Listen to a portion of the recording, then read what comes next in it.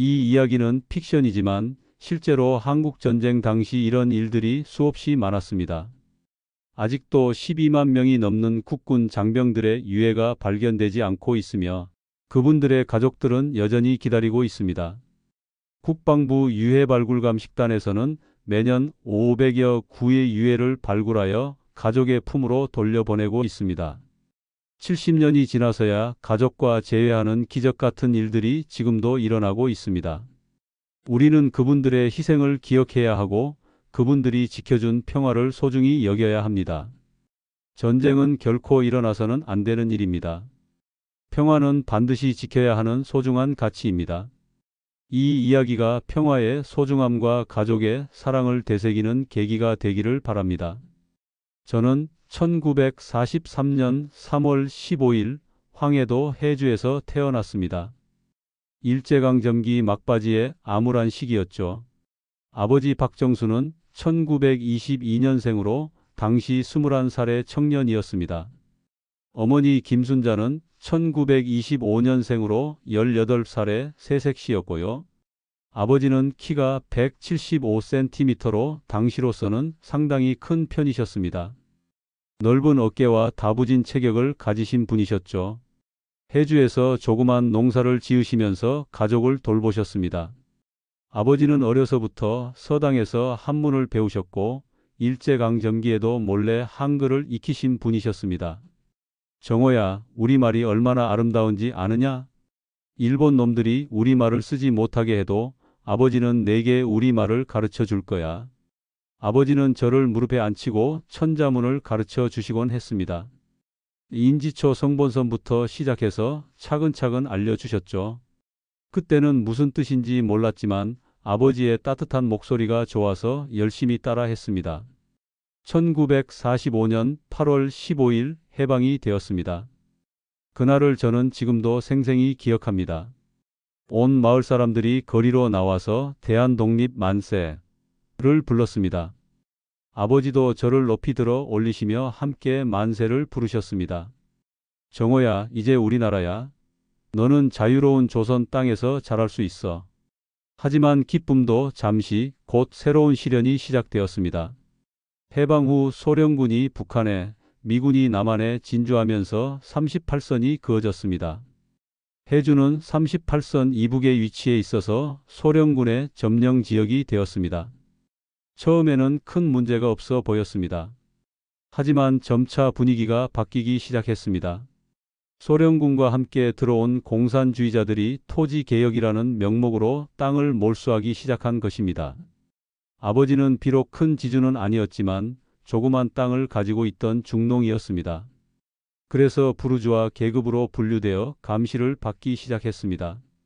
여보, 우리 남쪽으로 피해야 할 것 같아요. 어머니가 걱정스러운 목소리로 말씀하셨지만 아버지는 머뭇거리셨습니다. 조상 대대로 살아온 땅을 어떻게 떠나냐? 조금 더 기다려보자. 그런데 1948년 대한민국 정부가 수립되고 이어서 조선민주주의인민공화국이 수립되면서 분단이 고착화되었습니다. 38선은 철조망으로 둘러싸여 왕래가 완전히 차단되었습니다. 아버지는 그때 후회하셨을 것입니다. 하지만 이미 늦었습니다. 1950년 6월 25일 새벽 4시 북한군이 38선을 넘어 남침을 시작했습니다. 소련제 T-34 탱크를 앞세운 북한군은 파죽지세로 남진했습니다. 해주에서도 동원령이 떨어졌습니다. 모든 청년들은 인민군에 강제 징집되어야 했습니다. 아버지도 예외가 아니었습니다. 아버지는 이미 결심을 하고 계셨습니다. 북한군으로 징집되는 것을 거부하고 가족과 함께 남한으로 피난을 가겠다는 것이었습니다. 다음 날 새벽 우리는 집을 떠났습니다.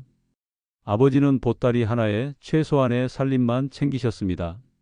그리고 품속에는 조그만 비상금과 함께 뭔가를 감추고 계셨습니다. 정호야, 아무 소리 내지 마라. 조용히 따라와야 한다. 우리는 새벽 어둠을 틈타서 집을 나섰습니다. 그것이 고향 해주를 떠나는 마지막 길이었습니다. 피난길은 그야말로 생지옥이었습니다. 수많은 사람들이 남쪽으로만 향했습니다. 길은 피난민들로 인산인해를 이뤘습니다. 노인, 아이, 임신부, 환자들이 무거운 짐을 지고 걸었습니다. 피난민 여러분, 대한민국 국군이 여러분을 구하러 왔습니다. 질서를 지켜서 한 명씩 건너오십시오. 국군이 임시로 설치한 판툰 브리지 부교가 보였습니다. 하지만 다리가 너무 좁아서 한 번에 몇 명씩만 건널 수 있었습니다. 수만 명의 피난민이 줄을 서서 기다려야 했습니다. 한강가에서 이틀을 기다렸습니다. 드디어 우리 차례가 거의 다가왔을 때였습니다. 갑자기 북쪽에서 포격이 시작되었습니다. 북한군이 다시 공격해온다. 빨리 대피하라. 국군들이 소리치며 뛰어다녔습니다. 부교는 즉시 철거되었고 피난민들은 다시 뿔뿔이 흩어져야 했습니다. 그날 밤 아버지는 저와 어머니를 한적한 곳으로 데려가셨습니다. 폭격으로 반파된 교회 건물이었습니다. 아버지는 저를 품에 안으시며 귓가에 속삭이셨습니다. 정호야, 아버지 말 잘 들어야 한다. 어머니 잘 모시고 공부 열심히 해서 훌륭한 사람이 되어라. 아버지는 이 나라가 자유롭고 평화로운 나라가 되기를 바라는 마음으로 싸우러 간다. 너희들이 마음 놓고 살 수 있는 나라를 만들기 위해서야. 그리고는 품속에서 작은 편지 봉투를 꺼내어 어머니에게 주셨습니다. 그것이 아버지를 본 마지막 모습이었습니다. 다행히 부산시에서 임시로 설치한 피난민 수용소에 들어갈 수 있었습니다.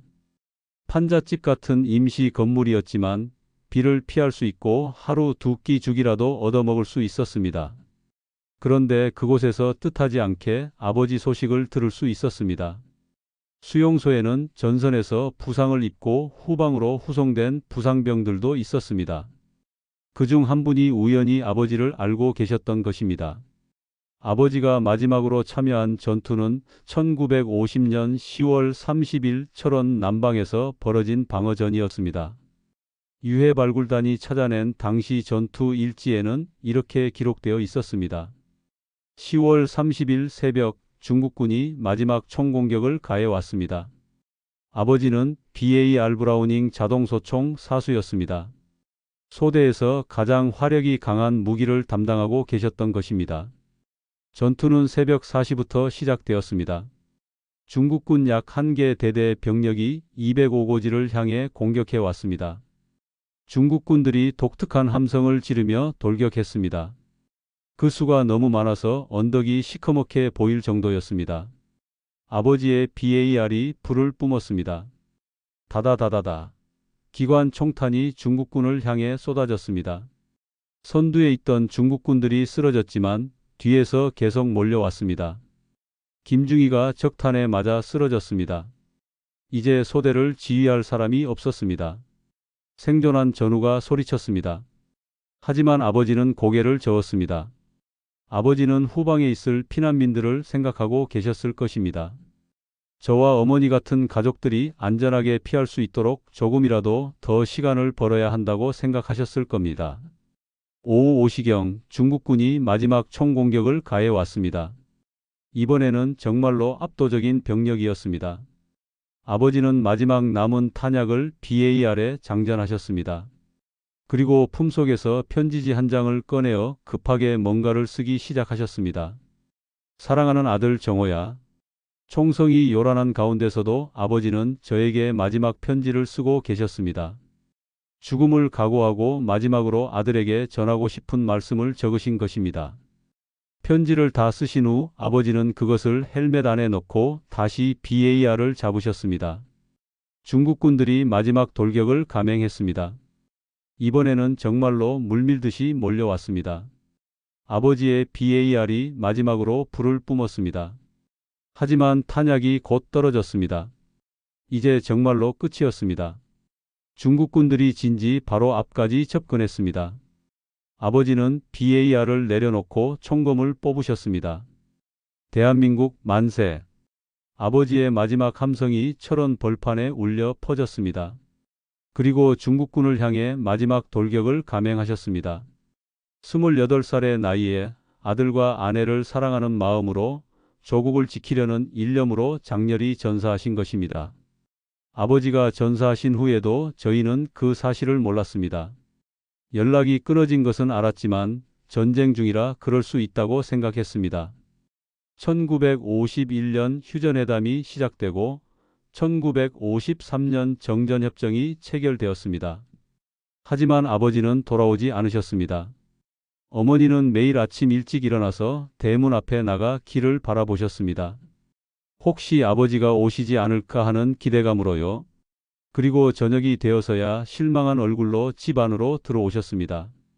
정호야, 아버지가 살아계시면 꼭 우리를 찾으러 오실 거야.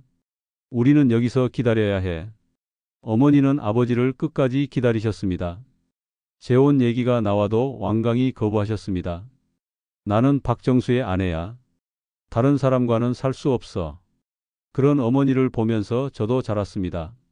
아버지 없는 서름을 느끼면서도 언젠가는 아버지가 돌아오실 거라는 희망을 품고 살았습니다.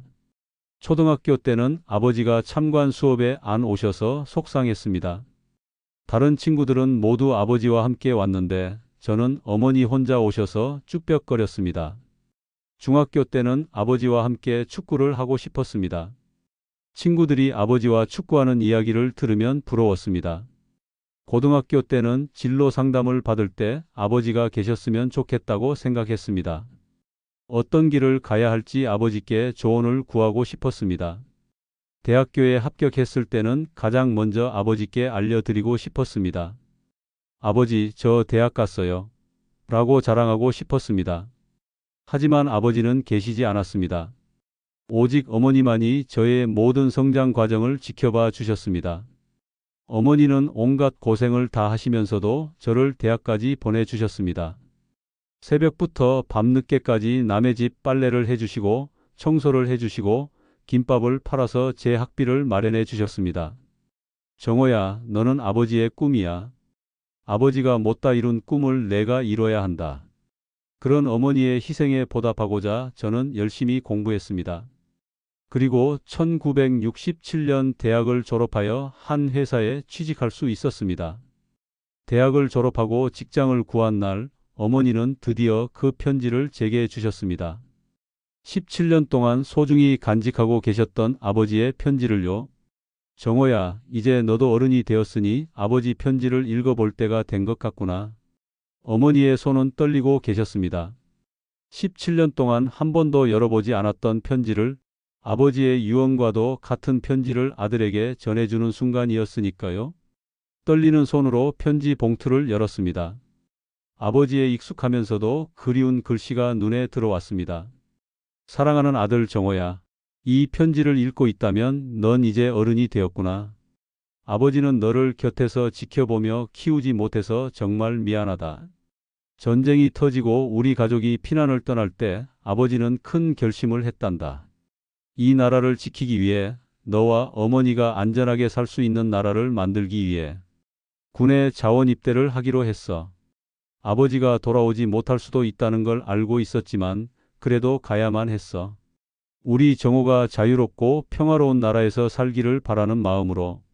정호야, 아버지가 없어도 씩씩하게 자라다오. 어머니를 잘 모시고 공부 열심히 해서 이 나라에 도움이 되는 사람이 되거라. 아버지는 항상 너를 사랑한다. 어디에 있든 살아있든 죽어있든 우리 정호를 사랑한다는 마음만은 변하지 않을 거야.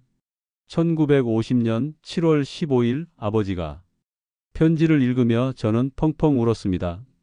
24살의 청년이 되어서야 아버지의 마음을 이해할 수 있었습니다.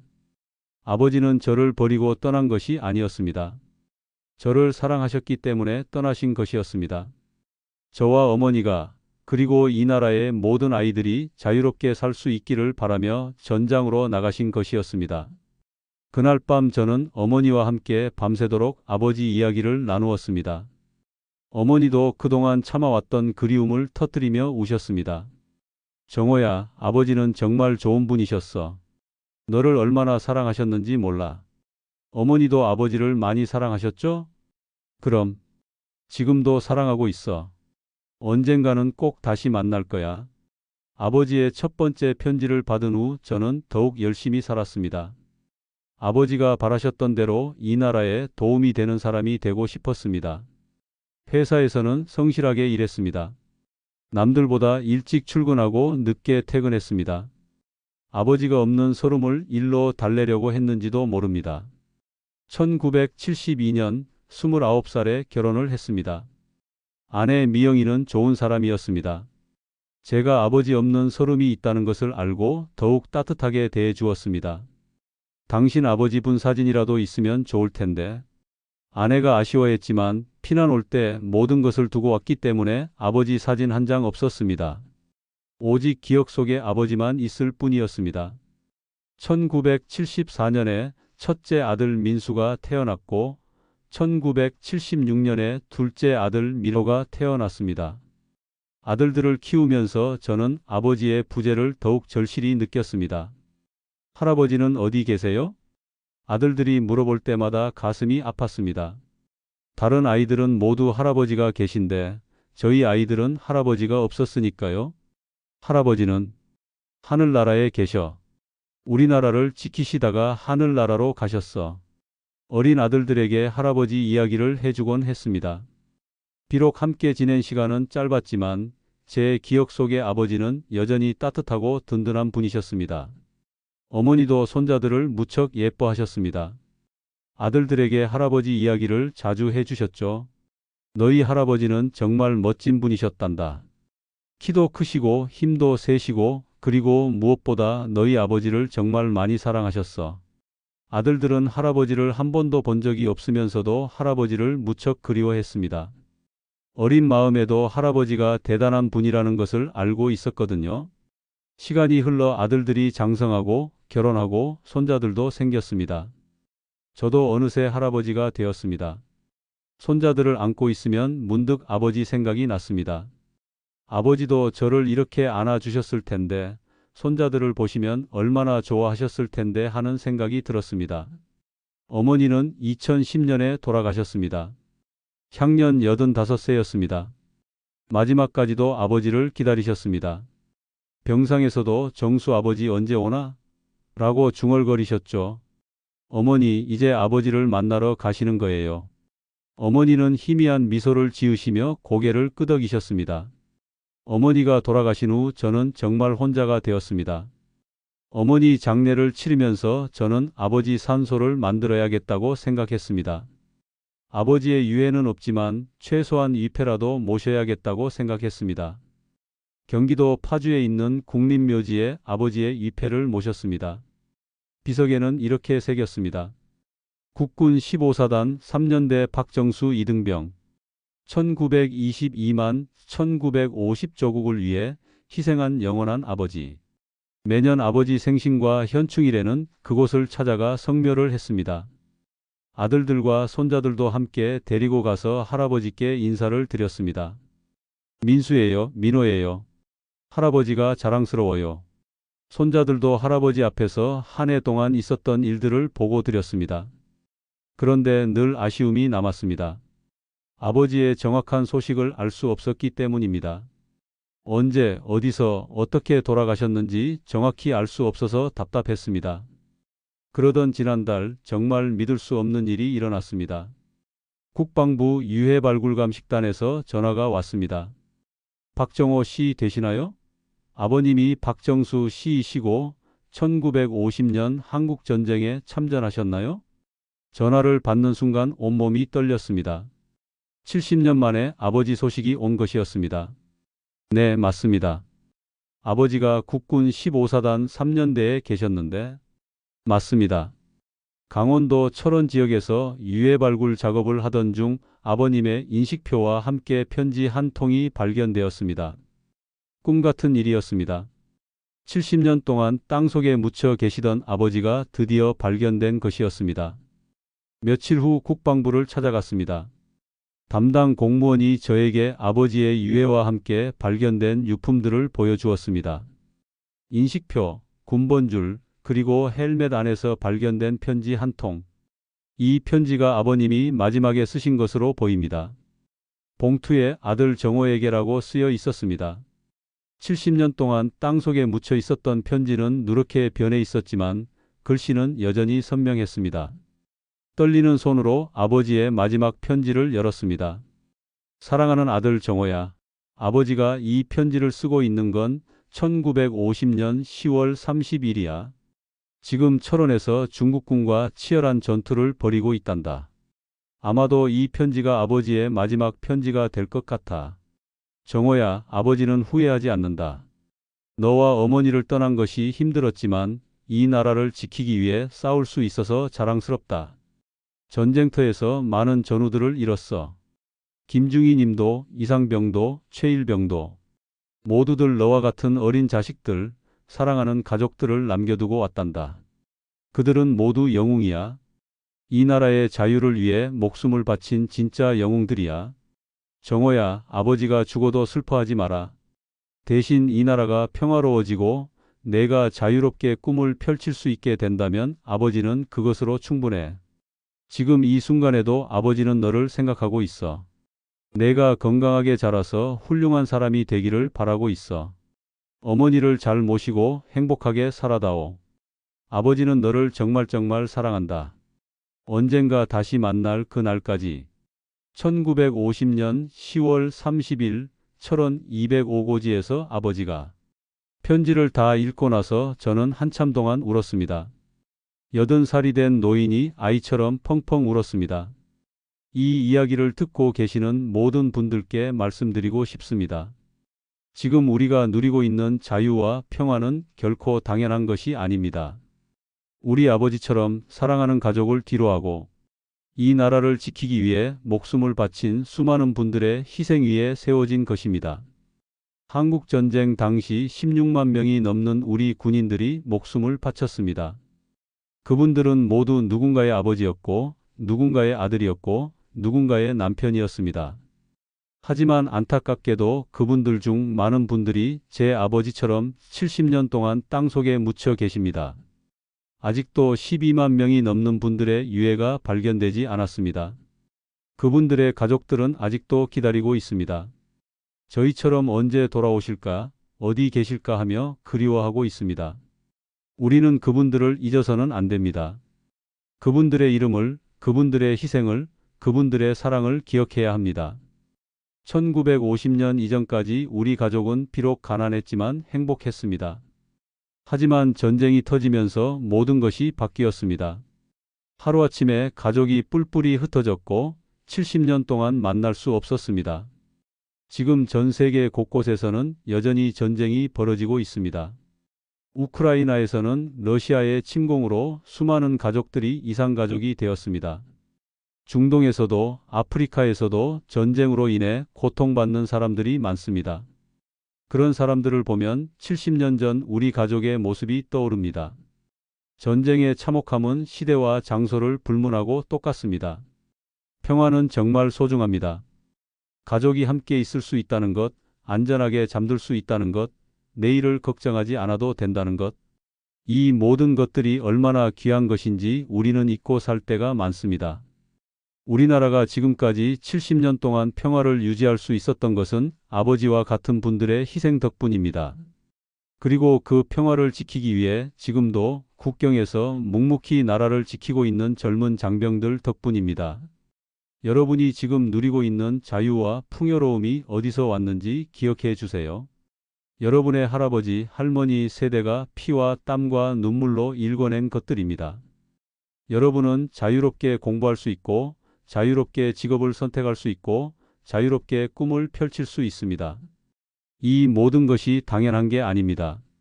70년 전만 해도 우리나라는 전 세계에서 가장 가난한 나라 중 하나였습니다. 하지만 선배 세대들이 피나는 노력으로 오늘의 대한민국을 만들어냈습니다. 여러분도 다음 세대를 위해 더 나은 나라, 더 나은 세계를 만들어가야 합니다. 그것이 우리의 사명이고 선배 세대에 대한 예의라고 생각합니다. 그리고 부모님을 사랑해 주세요. 부모님과 함께 할 수 있는 시간이 얼마나 소중한지 알아주세요. 저는 아버지와 함께 한 시간이 고작 7년 뿐이었습니다. 여러분은 저보다 훨씬 행복한 사람들입니다. 부모님께 사랑한다는 말을 자주 해주세요. 고맙다는 말도 자주 해주세요. 시간이 지나고 나면 후회하게 됩니다.